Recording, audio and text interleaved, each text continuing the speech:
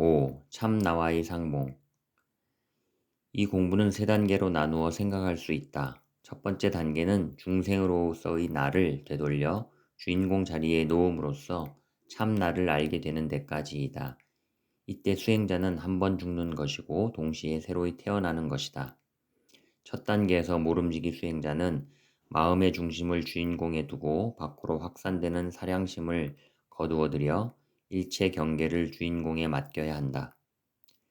주인공이야말로 나의 시작이요 끝이요 그야말로 영원하고 무한함을 알아 주인공의 모든 것을 귀일시켜야 한다.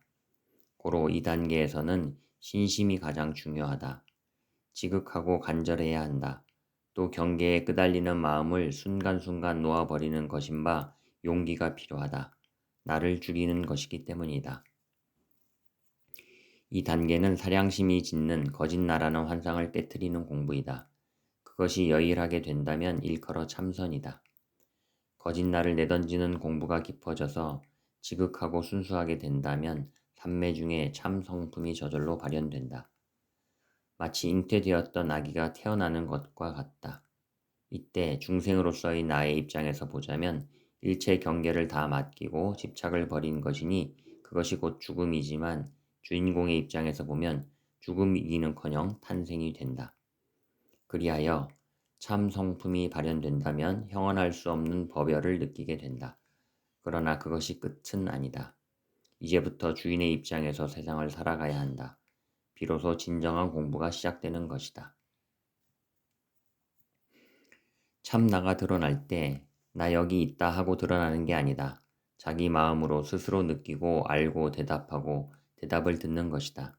참나가 마음속으로 말을 하고 말을 듣는 그때에 비로소 나와 참나가 서로 상봉하게 된다. 그러면 참나가 나를 지도하기 시작한다. 그렇게 해서 참나를 따르다 보면 나와 참나가 하나로 개합이 되고 그로부터는 내가 곧 참나가 되어 스승 제자의 차이가 없어진다. 참나가 비서도 되고 의사도 되고 신장도 되고 무엇이든 다 하게 되니 이름하여 천백억 화신인 것이다. 주인공을 믿고 몰락 놓고 들어간다면 어느 때 눈물이 비오듯 한다. 그 눈물 흘러 바다로 스며들 때 눈물이 아니라 피요, 에너지요, 생명수요, 밝음이다. 체가 없는 마음의 밝음이요, 같이 융합된 밝음이라 만강에 점을 찍어도 손색이 없다. 그릇이 비워지면 자기의 싹이 보이고 봄이 오고 얼음이 녹아 물이 흐르듯 발로 된다. 내가 나를 발견했다 해서 깨달은 것은 절대 아니다. 내가 깨달았다는 망상을 짓지 말라. 나를 발견했다면 그것은 이제 겨우 싹이 터서 한들한들 고개를 쳐들고 나오는 격이다. 그 싹이 다 자라서 세상 만물과 둘 아니게 이심전심 조화를 이루며 돌아가게 되었다 해도 깨달았다는 말은 못한다. 열매 맺어 온누리를 두루 먹이면서 씨가 세세생생의 끝간데 없이 먹일 수 있게 되어야 구경에 이르렀다고 한다. 열매이고 온누리가 주고받으면서도 영원히 없어지지 않아야 삼세를 통달한 자유인이라 할 수 있다. 견성했다 해도 견성했다는 말을 하지 말고 안으로 굴려 지혜를 넓히고 그럼으로써 내 마음이 온누리 어느 곳이든 닿지 않는 데가 없이 될 때까지 닦아야 한다. 그렇게 됐을 때 일체 만물, 동식물은 물론 무정물하고도 대화를 할 수 있는 것이니 물고기나 풀 한 포기 와도 너와 내가 없는 내 목소리 한 목소리를 낼 수 있다. 그래서 천수천안이요 관자재라 하는 것이다. 한 소식 얻었다 하나 막 새싹이 돋고 아기가 갓 태어난 것과 같다. 소식 얻었다 할 것도 없지만 얻었다고 결론지어 꽂아놓지 말라. 아이를 낳기 전에는 낳기 전이라서 몰랐지만 낳고 나서는 낳았기 때문에 어렵다. 낳아만 놓으면 자식이 아니라 올바르게 키워야 하는 것처럼 깨닫고 나서 또 어렵다. 잡을 것이 있을 때는 잡을 게 있어서 좀 나은 편이었는데 잡을 것조차 없을 때는 잡을 게 없으니 또 어렵다. 어린애 낳아 놓았으면 길러야 한다. 공부시키고 길러야 한다. 한 소식 얻었다고 거기 머물면서 경전하고 합쳐 그냥 통했노라고 하다 보면 곧 한계에 직면한다. 그리 되면 경전이 없이는 말이 나오질 않는다. 설사설법을 한다 해도 법이 되질 않고 한 대로 떨어지게 된다. 그러니 제게는 무슨 이익이 있겠으며 말 없는 가운데 충전을 시킬 수도 없으니 사람들에겐 무슨 이익이 있겠는가. 자기를 알고 나서부터 참 공부가 시작된다. 처음에는 주인공을 잡고 나가다가 자기를 찾고 나면 그때부터 만행이 시작된다. 일체 만생과 더불어 함께 구르고 생활하는 육도 만행이 시작된다. 이 과정은 마치 어린아이에게 누가 장난감을 갖다 주면 그것을 뜯어보고 맞춰 보고 하다가 다 알고 나니 시시하여 손을 떼는 것에 비유할 수 있다. 처음 견성하기 전에는 오직 한 주처에 모으는 공부를 해야 한다.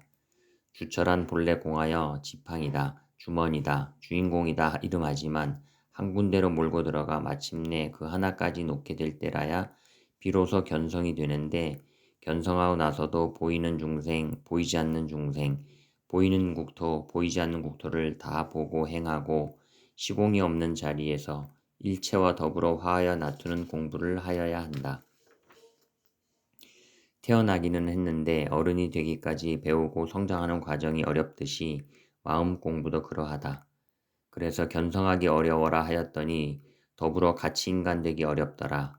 인간되기 어렵다 하였더니 더불어 같이 열반하기 어렵더라 하는 얘기가 있다. 몰락 한꺼번에 깨치기는 매우 어렵다. 왜냐? 갖가지로 살아오면서 짊어지게 된 습이 너무도 많아 한꺼번에 뗄 수 없기 때문이다. 그러므로 한꺼번에 놓는다는 생각도 말고 닥쳐오는 대로 그냥 놓음으로써 체험하고 보임할 줄 알아야 한다. 주인공에 맡겼다 하면 벌써 업이 높고 습이 떨어져 놓고 또 놓는 중에 성장하게 되는 것이다. 그러기에 홀연히 깨쳤다 해도 깨쳤다고 일 만들지 말고 경계와 더불어 두라님이 없이 또 죽을 줄 알아야 한다고 하는 것이다. 어쩌다가 문을 열고 들어오기는 했는데 다시 나갈 줄 모른다면 그게 무슨 소용이겠는가. 들어올 줄 알았으면 나갈 줄도 알아야 여여한 것이지 들어오거나 나갈 줄밖에 모른다면 아무것도 아니다. 들어오는 게 도입니까? 해도 아니고 나가는 게 도입니까? 해도 아니다. 마음대로 들고 날 줄 알아야 그냥 법인 것이다. 사람이 알아도 설이 그면 나무 꼭대기에서 아래로 내려오질 못한다. 과일나무에서 과일이 무르익으면 사람들이 따내리거나 아래로 떨어지게 마련이며 그런 다음엔 여러 사람의 입으로 들어가 돌고 돌게 된다. 설익은 과일은 누가 따지도 않고 절로 떨어지지도 않는다. 보기만 하고 듣지 못한다면 텔레비전 화면은 나오는데 말이 안 들리는 것과 같고 듣기만 하고 보지 못한다면 소리만 들리고 화면은 나오지 않는 것과 같으니 무슨 재미가 있겠는가. 보고 듣는다 하더라도 마음을 모른다면 한마음이 될 수 없다. 상대가 돼지라면 돼지의 마음 그렇다고 똑같이 되어야 한마음이 되고 물이라면 물 같은 마음을 가져야 한마음이 된다. 태양, 혹성, 식물, 무정물 할 것 없이 일체가 다 그러하니 심즉시불이라 한 것이다. 꺼내도 줄지 않고 넣어도 두드러지지 않는다 한 것이다. 나를 알았다 해도 거기에 속지 않고 맡겨놓으면 보임하는 것이고 보임을 잘해 사방이 툭 터지면 증득하는 것이다. 마음자리를 발견해서 맛을 알게 되면 자꾸 이것저것 맛을 들이게 된다. 그럴 때 다시 이것도 맡기고 저것도 맡겨야 한다. 깨치고 나서도 둘 아닌 도리를 터득하기 위해 모든 것을 또 몰아서 실험하고 체험해야 한다. 그런데 그렇게 보임하기가 더 어렵다. 깨달아서는 그 생각마저 놓아서 보임해야 하고 또 우주와 더불어 같이 보임해야 하니 어렵다. 주인공은 큰 하나이다.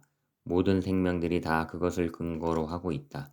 그렇다면 진정으로 주인공을 사무치게 안 수행자가 자기 혼자만의 기쁨과 편안함에 머물 수 있을까? 그리 되면 또한 나가 있는 것이니 이는 아직도 삼라대천세계의 모든 생명과 일체가 되지 못했다는 말이 된다. 고로 참 나를 알고 나서 수행자는 모름지기 크게 또 한 번 죽어야 한다. 첫 단계에서 작게 죽은 것이라면 이제 비로소 크게 죽어야 한다. 전체 생명과 함께 죽어야 한다. 무엇보다도 자기한테 자기가 인가를 받아야 한다. 자기를 몰락 죽이고 인가를 받아야 모든 사람으로부터 인가를 받게 되고 나아가 더불어 죽어서 또 인가를 받아내는 것이다.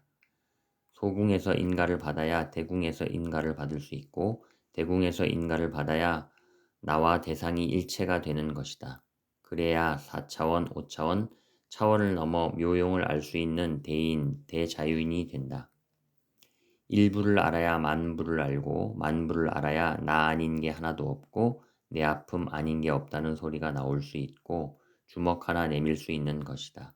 그렇지 못하면 낭설이요 헛개비가 된다.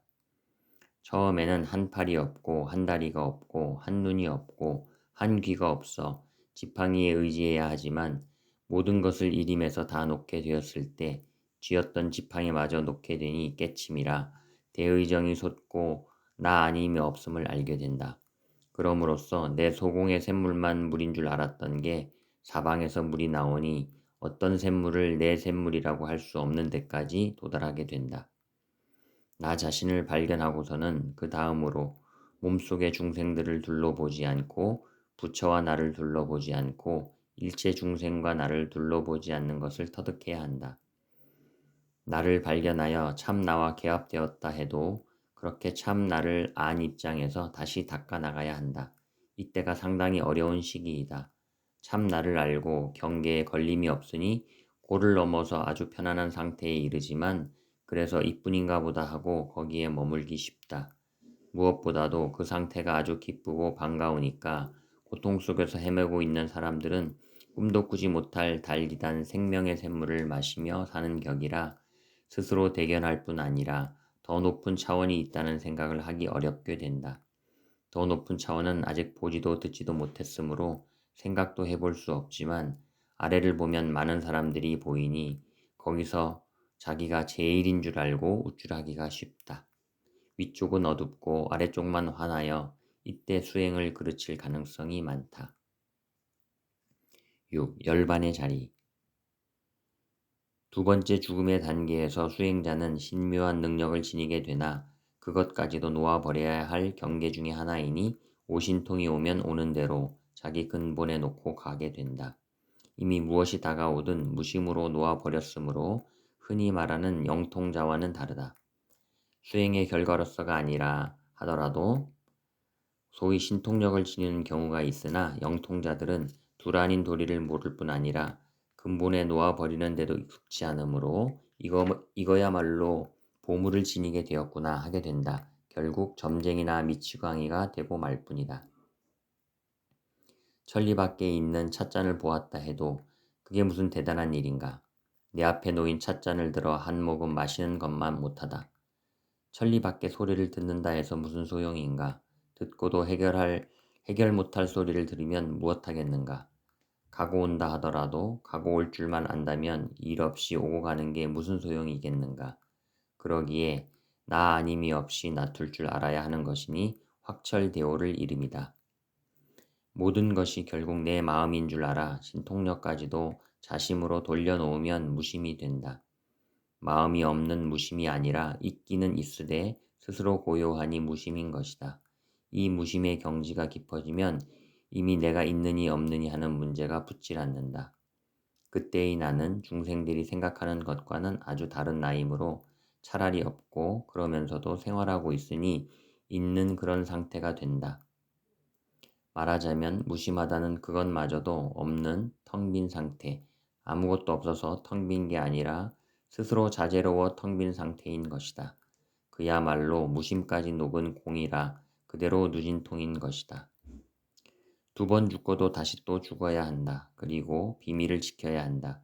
여기에 이르면 너와 나는 분명히 있으면서도 너와 내가 없이 너가 내가 될 수 있고 내가 너가 될 수 있는 그러한 막강한 나툼의 도리를 알게 되는 것이다. 그렇게 될 수 있는 것은 본래로 마음은 체가 없어서 수천 수만의 모습으로 나올 수 있기 때문이다. 그래서 천백억 화신이라고 하는 것이다. 크게 죽고 난 뒤에야 나툼의 경지가 열리는데 그야말로 묘용인 것이다.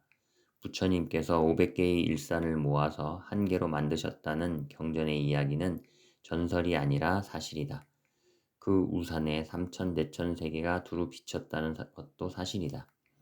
그때에는 고요히 앉으면 부처요. 일단 생각을 일으키면 보살이 되어 중생을 보살피고 삼계를 어루만지니 그런 경지는 감히 이야기할 바가 못된다. 불법이란 귀로 일체 중생의 원을 세세하게 듣고 손 없는 손으로 일체 중생을 알뜰하게 제도하는 묘법이다. 홀홀이 자기 한 몸이나 생사해탈하는 것이 불법의 궁극은 아니다. 그리고 물질계에 대해서도 항상 자제할 수 있는 게 불법의 힘이다. 중생이 보기에는 물질계의 원리가 분명하다고 하지만 그 또한 부처님의 손바닥 안에 있다. 부처님께서 응하시지 않는 일이 현상계에 일어날 수 없으니 그 크나큰 뜻은 헤아리기가 지극히 어렵다. 크나큰 죽음의 끝에서 마침내 온 우주가 한마음임을 증언하게 된다. 그때 비로소 높고 낮음도 없고 닿지 않는 데가 없으며 이루지 못할 일이 없는 대용이 발현한다. 일체와 더불어 크게 죽은 뒤에야 일체와 더불어 희비애락을 함께 나누는 묘법이 발현케 된다. 아무 것에도 걸림이 없는 놔두고 응해주고 불바퀴를 굴릴 수 있는 절대적인 자유. 한 생각에 삼천대천 세계를 녹일 수도 있고 한 생각에 삼천대천 세계의 업을 짊어질 수 있어야 이름하여 열반이라 한다. 그러나 그 열반의 경지에 이르렀다는 생각조차 놓아버렸을 때가 무여열반이니 무여열반에 이르러야 유여열반으로 돌아올 줄도 아는 것이다. 뼈도 없고 살도 없고 아무것도 없는 자리, 그 자리를 증득해야 한다. 열반이라 함은 이 몸이 늙고 젊고 간에 이 몸을 지닌 채로 자제권을 가지고 생각 있는 중생, 생각 없는 중생을 다 포함해서 두란이게 놔둘 때 그 어떤 것으로 놔둔 것을 꼬집어 나라고 세울 수 없으니 그것이 열반이다. 말하자면 살아서 열반하는 것이지 죽어서 열반하는 게 아니다. 육신을 살려놓은 채 이승저승을 회전할 수 있어야 열반경지라 이름할 수 있다. 육신 떨어지면 말 떨어지고 입 떨어지는데 살아서 못한 것을 어떻게 죽어서 하겠는가. 예수님은 아버지 하나로 몰아세웠고 부처님은 그 아버지 하나마저도 놓아버렸다. 그 점이 다르다. 예수는 하나로 돌렸기에 예를 들어 죽을 때도 아버지의 뜻이라고 했다면 부처님은 열반에 임해서 산 사이가 없으니 죽을 것도 없다 한 것이다. 부처님은 부처라는 의식까지 놓아버렸으므로 예수님은 한 것이 있지만 부처님은 한 것이 없다. 일체가 두루 자기이기 때문에 했다 안 했다 하는 말이 붙질 않기 때문이다. 배꼽까지 둘러 빠져야 만자가 된다. 자루 없는 도끼로 뿌리 없는 기둥을 다듬어 하늘을 받칠 수 있어야 한다. 7. 중도.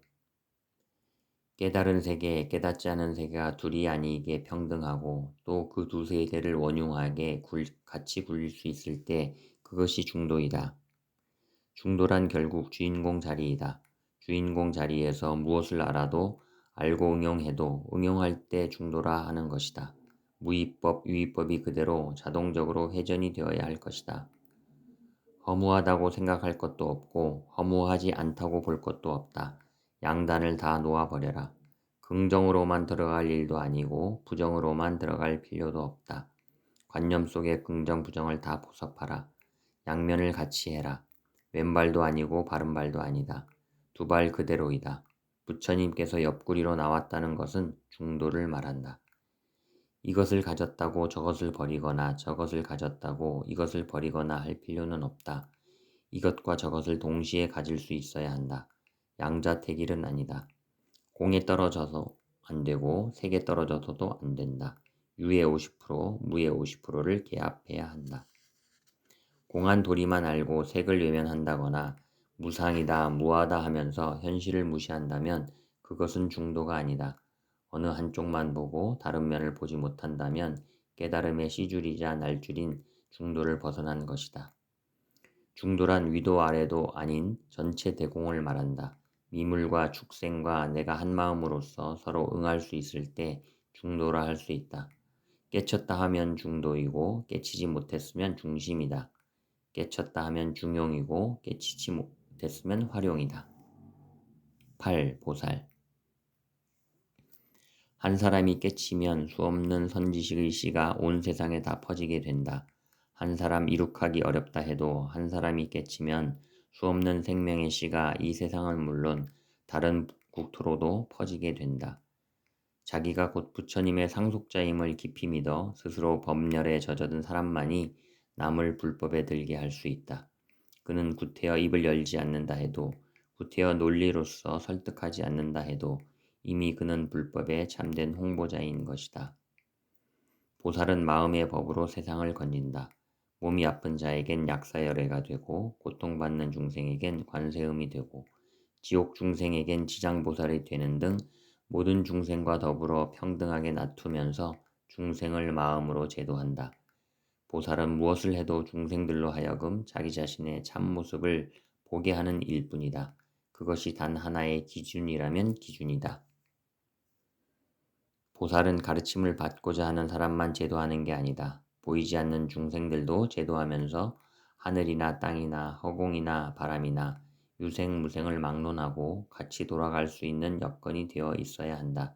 그것이 이름하여 마패요, 열쇠요, 해인이라 할 수 있다. 각이라고도 할 수 있다. 중생이 앓고 있으면 보살도 앓는다. 중생의 병이 나으면 보살의 병도 낫는다. 보살의 마음은 대자대비한 마음이기 때문이다. 유마일거사가 일체 중생의 병이 나아야 내 병도 나을 것이라고 한 것이 바로 그것이다. 어쩌다가 유마거사 같은 분에게 고기 한 점의 인연이 되어 걸린다면 그 고기는 그대로 천도가 된다. 그러니 어찌 짐승들이라고 버리고 백정이라고 외면하겠는가. 사생을 송두리째 마셔야 불법이라 이것 싫고 저것 싫고 이것은 빼놓고 저것은 빼놓고 해서는 송두리째 마실 수 없다. 두란이게 가지각색으로 놔두면서 행을 하는 것이 보살행이요 부처의 중용인 것이다. 어리석고 욕심이 많아 남에게 해를 끼치는 사람이 있을 때 불보살에 보이지 않는 손이 법의 철퇴를 들어 그를 내리치는 경우가 있다. 그러나 그것은 그에게 화가 아니라 복인 셈이다. 설사 죽이는 철퇴일지라도 그것은 살리는 손길이니 보살은 그의 무명을 친 것이지 참 생명을 친 것은 아니기 때문이다. 법 안에는 따로 뜻이 없다. 보살도 이름에서 보살이다. 내가 건졌다, 내가 건질 수 있다, 내가 건지겠다고 하는 사람은 보살 될 자격이 없다.